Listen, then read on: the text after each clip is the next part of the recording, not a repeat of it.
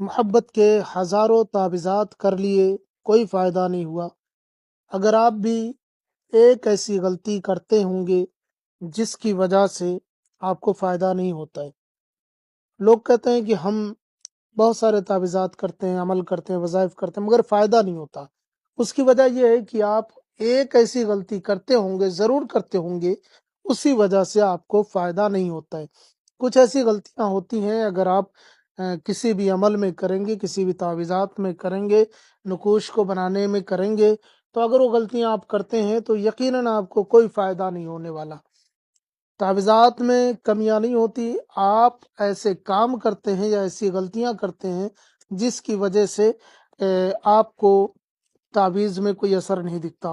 वो गलतियां मैं बताऊंगा। और दूसरे, अगर आप बहुत ज़्यादा परेशान हो चुके हैं तो आज इस वीडियो को देखने के बाद मेरा वादा है, मैं चैलेंज करता हूं कि इंशाअल्लाह ताला आपको आपका मकसद मिलेगा, आपका प्यार मिलेगा।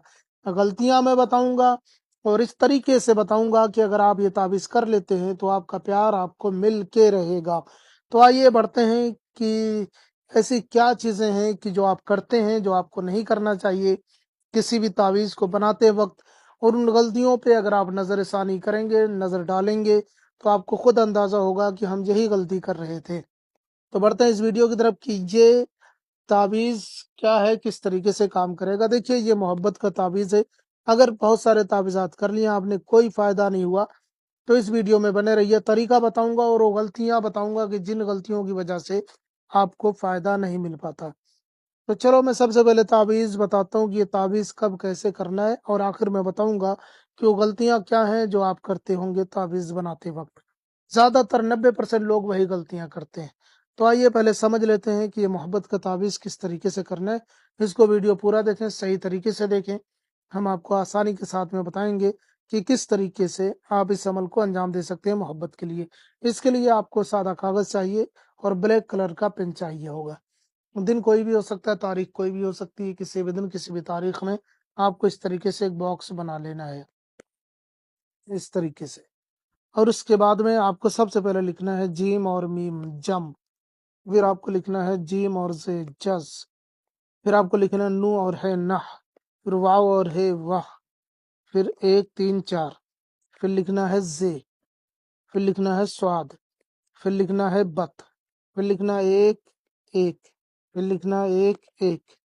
इस तरीके से लिखने के बाद में, और उसके बाद में आपको लिखना है नीचे अलहुब, जिसके लिए करना है उसका नाम। अगर वो लड़का है तो बिन लगाए, लड़की है तो बिनते लगाकर उसकी माँ का नाम। फिर अला हुब लिखें, फिर अपना नाम। अगर आप लड़के हैं तो बिन लगाए, लड़की है तो बिनते लगाकर अपनी माँ का नाम लिख लें। नाम हिंदी, अंग्रेजी, उर्दू में भी लिखा जा सकता है। बिन या बिनते भी हिंदी, अंग्रेजी, उर्दू में लिखा जा सकता है। अब इस तरीके से ताबीज को बना लें। बनाने के बाद में इस ताबीज को फोल्ड करें। मोड़ने के बाद में कहीं पे भी लटका दें, हवा से हिलना चाहिए। नाम वगैरह लिखने के बाद में आपको पेड़ पे लटका देना है, हवा से हिलना चाहिए। पहले महबूब का नाम, फिर आपका नाम रहेगा। तो ऐसे लटकाएं कि ये हवा से हिलता रहे। किसी भी धागे में, किसी भी कपड़े या प्लास्टिक में करके लटका दें। बस ये हिलना चाहिए, हवा से हिलता जाएगा। आपका महबूब आपकी मोहब्बत में तड़पता जाएगा। तो आइए बताते हैं कि अब इसमें से आप जो तावीज़ात करते हैं, हजारों तावीज़ात कर लिए मगर उनका फायदा क्यों नहीं होता। तो कुछ वजूहात होती हैं जिनकी वजह से, अगर वो गलतियां आप करते हैं बार बार या किसी भी अमल में करते हैं, तो उसकी वजह से आपको फायदा नहीं होगा। पहली चीज तो ये है कि आपने अभी एक ताबीज किया और फिर दूसरा ताबीज भी कर लिया, तीसरा ताबीज, 2 से 3 ताबीज तक तो चल जाता है। लेकिन अगर आप मुसलसल किसी एक इंसान पे बार बार बार बार ताबीजात करते जाते हैं, वजीफे पढ़ते जाते हैं, वजीफे पढ़ते जाते हैं, फायदा हो ना हो आप पढ़ते जाते हैं, तो इसकी वजह से उनके ऊपर बंदिश लग जाती है। जिनके ऊपर हजारों ताबीजात कर लेंगे तो उनके ऊपर बंदिश लग जाएगी। अब अगर मान लीजिए एक मरीज है, मैं मरीज की मिसाल देता हूँ। एक मरीज है, जैसे कि ये जे मरीज है।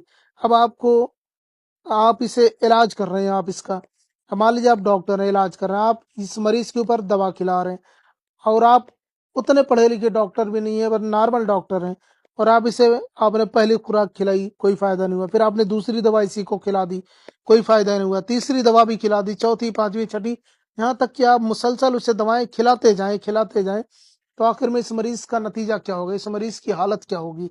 ये मरीज आखिर में मर जाएगा।